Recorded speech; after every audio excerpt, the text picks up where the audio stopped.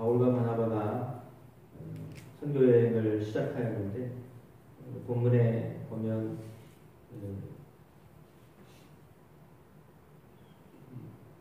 회당에 들어가서 말씀을 전할 때 두 가지 현상이 벌어졌습니다. 한쪽에서는 은혜 가운데 사모하는 사람이 생겼고, 한쪽에서는 그것을 반대하는 사람이 생겼습니다. 물론 그 당시나 지금이나 역시 마찬가지입니다. 복음을 잘 받아들인 사람이 있는 반면에 그것을 반대하고, 극구 반대하고 못하게 하는 사람이 있습니다. 바울과 바나바가 그렇게 복음을 전하였을 때 오늘 본문에 보면 유대인들을 향하여서 복음을 전했다라고 하는 것이 누가가 기록한 관점입니다. 그러니까 원전은 유대인에게 복음 전하려고 애썼기 때문에 회당에 갔습니다. 회당은 유대인들이 모이는 곳입니다.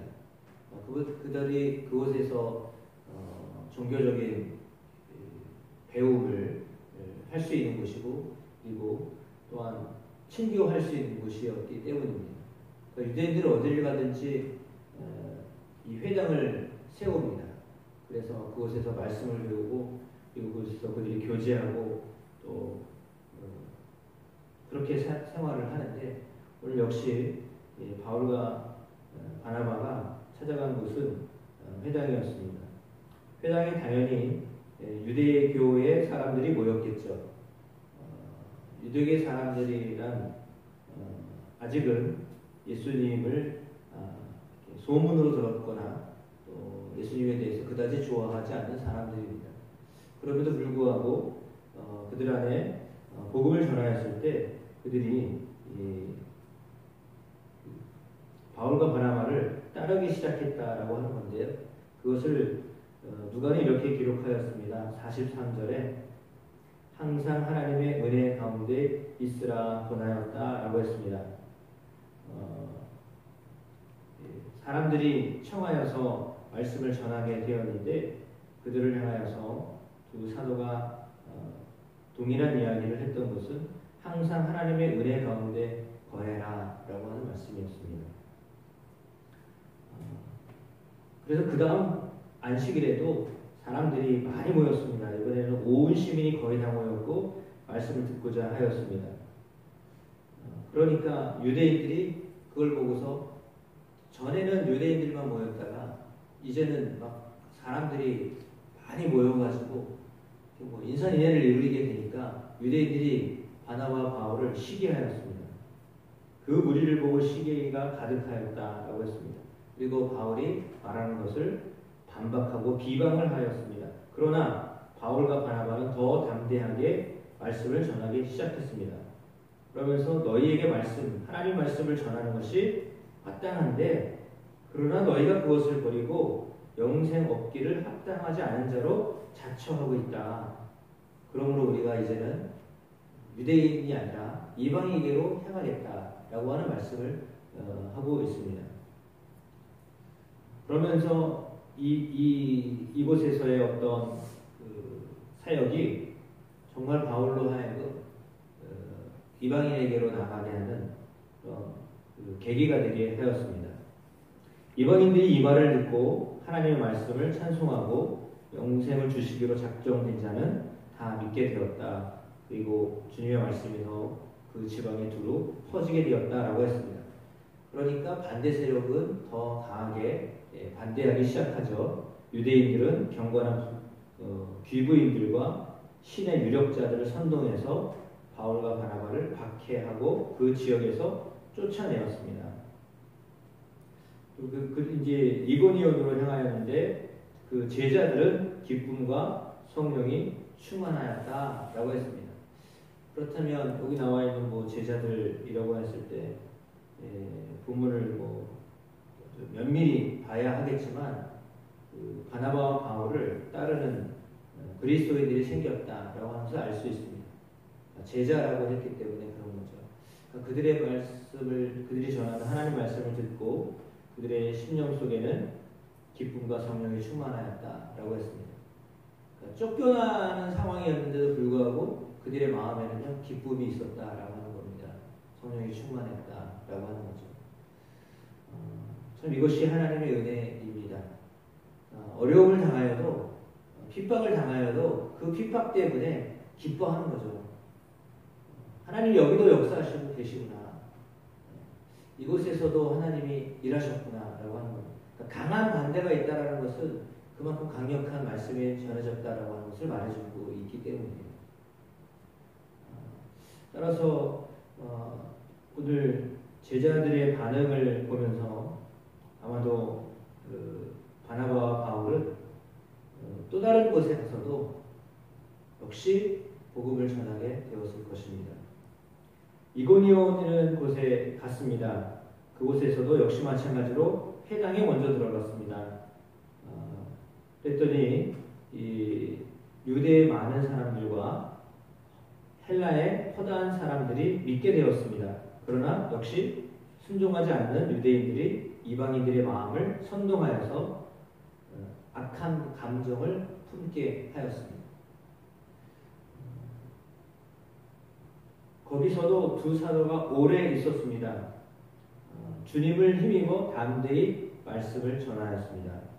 주님의 그들의 손으로 표적과 기사를 행하게 하셨고 은혜의 말씀을 증언하게 하셨습니다. 3절 14장 3절 말씀입니다. 3절 말씀을 한번 같이 읽어보겠습니다. 두 사도가 오래 있어 주를 힘입어 담대히 말하니 주께서 그들의 손으로 표적과 기사를 행하게 하여 주사 자기 은혜의 말씀을 증언하시니 라고 되어 있습니다. 여기 보면 주어가 어떻게 되어 있습니까? 두 사도가 오래 있었다라고 하는 것은 관용구예요. 두 사도가 오래 있었기 때문에 어떤 일들이 벌어졌냐면 주님을 힘입어 담대히 말하게 됐다라고 했습니다. 오래 있으면서 주님을 힘입어 담대히 말했는데 그때 말씀을 전했지만 주님이 그들의 손으로 표적과 기사를 행하게 하셨습니다. 그리고 주님이 자기의 은혜의 말씀을 증언하셨습니다. 라고 했습니다. 그러니까 말은 바나바와 바울이 하는데 주님이 역사하셨다라고 말하는 겁니다. 그러니까 주님이 그 두 사도를 통해서 주님이 일하셨다라고 하는 거죠. 우리가 말을 하지만 우리가 복음을 전하지만 주님이 역사하시는 겁니다. 그러니까 주님의 힘을 덧입어서 손을 얹어서 표적과 기사를 일으키게 하셨던 거죠. 그것은 오늘도 나와 있는 것처럼 자기 은혜의 말씀을 주님이 증언하시는 거죠. 주님이 그것을 하게 하시는 것입니다. 그러니까 정말 잘한다는 표현보다는 정말 자연스러운 것은 주님이 그 사람을 통해서 말씀을 전하게 하시는 겁니다. 그러니까 내가 학습을 하고 내가 배우고 또 여러 가지를 연구해서 하는 것이기도 하지만 그것보다도 그 사람을 통해서 주님이 말하게 하고 전하게 하고 그리고 손을 얹어 기도하게 하고 한다는 거예요.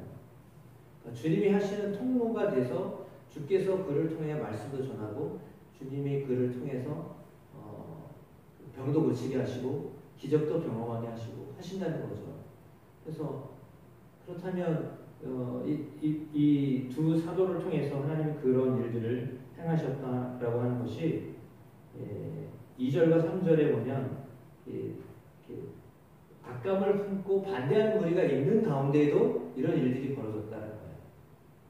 한쪽에서는 안 돼, 요즘 말이 아니라 요즘 우리의 한국 모습처럼 같은 지역에 같은 장소에 한쪽에서는 찬송이요, 한쪽에서는 반대요. 같은 내용을 가지고 한쪽에 반대, 한쪽에서는 찬송, 집회를 하잖아요. 그런 거예요. 같은 지역에 살면서 같은 장소에 있으면서 한편에서는 옳소 하고서 한쪽에서는 반대요 이거 하고 있는 모습과 똑같은 거죠. 그러니까 말씀을 전하는데 한쪽에서는 반대하는 시위가 벌어지고 한쪽에서는 역사가 일어나고 있는 거죠. 그러니까 주님의 말씀을 전하는데도 그러니까 하나님의 말씀이 일하고 있는데도 그러니까 주님이 역사하고 계신데도 한쪽에서는 반대하고 있고요. 그러나 한쪽에서는 더 강력하게 하나님의 말씀이 일하고 계시는 거예요. 그러니까 그 당시에 전도하여서 복음이 전해지고 있던 시대에는 어쩌면 더 극심한 반대가 있었을 것입니다. 왜냐하면 말씀처럼 시기하는 사람들이 있고 자신들의 삶의 질서를 무너뜨렸다라고 하여서 그렇게 바울을 그다지 환영하지 않는 사람들이 더 많았기 때문입니다. 왜냐하면 자기들이 가지고 있었던 그 영향력이 있잖아요. 그런데 그 영향력을 지금 다 무너뜨리니까 사람들이 바울과 바나바에게로 향하고 그렇게 가니까 그들이 그다지 좋아할 리가 없어요. 왜냐하면 그들은 어떻게 보면 유대교인들 가운데에도 하나님을 진심으로 믿었던 사람들이 있지만 그렇지 않은 사람도 있었기 때문입니다. 진실로 하나님 믿었던 사람들은 복음을 들으면서 그 말씀이 구약의 그 말씀이 지금 예수 그리스도를 통해서 이루어지고 있네, 이루어졌네 이렇게 깨닫는데 그렇지 않은 사람들은 거기에 관심이 없어요. 사실은 말씀에 관심이 없고요, 예수에게 관심이 없거든요. 자기에게 이득이 되냐 없냐 이거로 따지는 거지 말씀하고는 관심이 없어요. 그러니까 말씀에 관심이 있으면 받아들이고 그렇게 할 텐데 그렇지 않은 사람들은 그냥 자기들의 영향력이 주냐 늘어나냐 여기에 관심이 있는 거예요. 사실은 그런 사람은 어떤 사람이냐, 정치하는 사람이에요. 그러니까 그 교회 정치하는 사람은요, 자기들에게 유익이 있냐 없냐 이거 보거든요. 이거 보는 사람은 관심이 어디 있냐 거기 있는 거예요. 그러니까 하나님께 사실은 있다고 하지만 진실로 하나님께 관심 있는 사람들이 아닌 거예요. 복음에 관심이 있게 되기를 축복합니다. 그러니까 예수 그리스도께서 일하시고 있는 것에 관심이 있어야지, 그렇지 않고 이게 우리 편이 맞냐 적냐 여기에 관심 있는 사람들은 그건 정치하는 사람들이에요. 믿는 사람이라고 볼 수가 없어요. 그러니까 우리도 역시 마찬가지예요. 교회 안에서도 우리 안에 어떤 모임도 역시 마찬가지예요. 내가 나랑 같이 하고 있는 사람들이 맞냐 적냐 이거를 따지는 거는 정치하는 거지 그건 신앙생활하는 게 아니라는 거예요. 우리가 정말 주님이 일하시도록 주님이 역사하시도록 그런 열린 마음으로 성령이 함께 하시는 은혜가 있게 되실 줄로 믿습니다. 그래서 오늘 본문에 나와 있는 것처럼 많은 사람들이 주님을 따르기도 하고 또 그렇지 않기도 합니다. 얼마나 많은 사람들이 주님을 따르게 됐는가, 오늘 14장 8절 말씀부터 18절 말씀까지 뒷부분에 우리가 함께 읽었는데 거기에 보면 심지어 그 제우스를 섬겼던 제사장이 소와 화환을 가지고 대문 앞에 와가지고 우리와 함께 제사를 지낼 정도였습니다. 살아있는 사람인데요, 지금 살아있는 두 사도가 신이라고 설명을 해놓는 거 보니까 너무 웃긴 게, 신이 우리 가운데 사람의 형상을 가지고 내려오셨다 이 표현을 썼잖아요. 이 표현이 제가 지금 소름이 끼쳐요. 그 뭐냐면 예수님을 얘기하는 거잖아요. 그러니까 신들이 사람의 형상을 가지고 이 땅에 왔다라고 하면서 예수님을 말하고 있는 건데, 이들은 사도를 보면서 예수님이 일하신 것을 본 거잖아요. 그러면 사실 예수님을 본 거거든요. 그러니까 예수님을 본 건데 그들은 자기들이 섬기는 신이다라고 탈먹고만 이렇게 이게 바꾸기 잘하는 사람들은 놀라운 사람들이에요.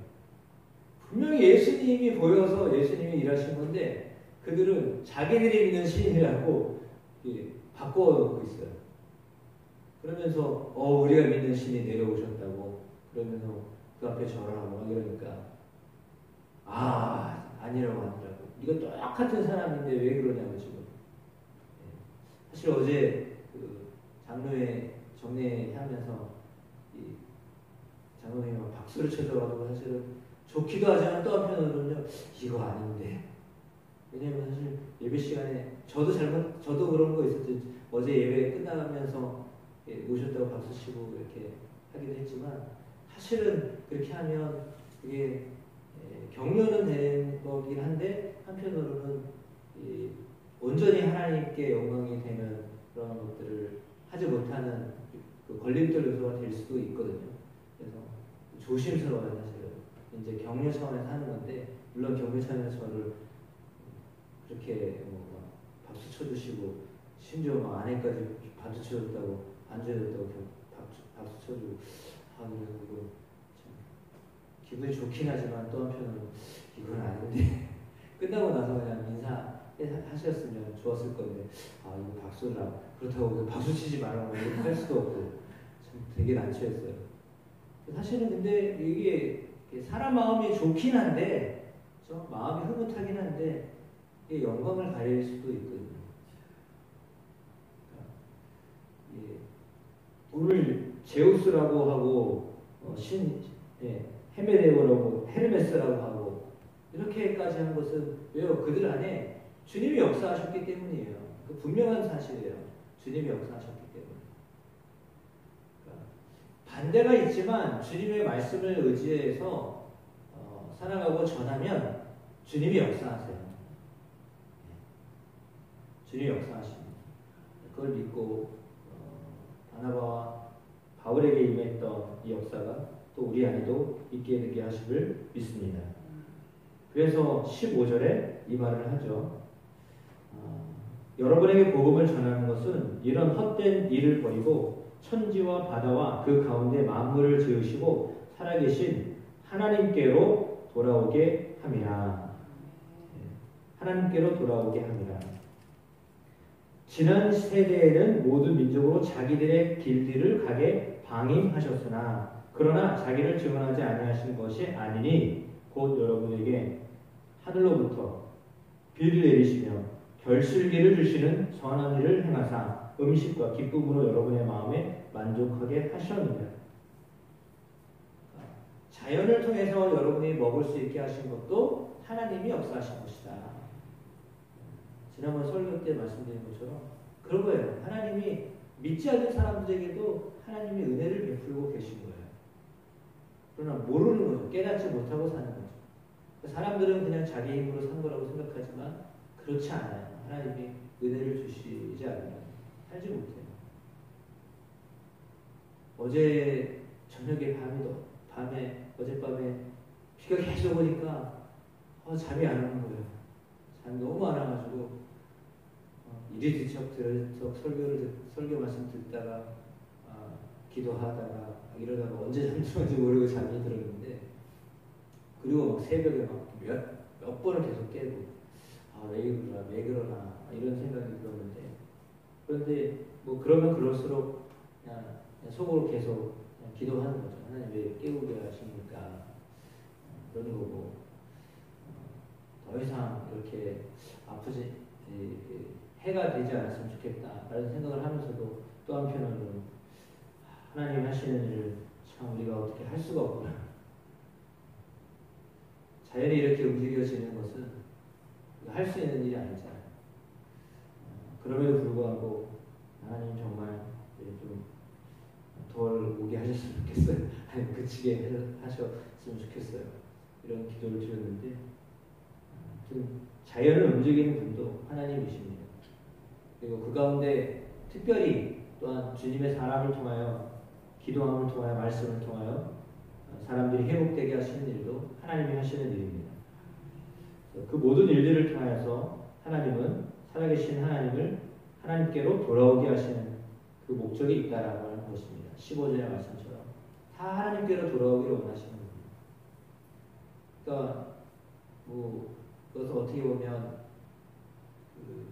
비가 계속 오고 장마 때문에 어렵고 사람들이 태양 때문에 고통스러워하고 힘들게하고 힘든 상황에 있는 것, 이것을 보면 정말 우리가 마음대로 할 수 없는 거구나 라고 하는 걸 깨달으면서 하나님께로 돌아가면 좋겠는데, 그렇지 않고 그냥 원망하고 살고 왜 이런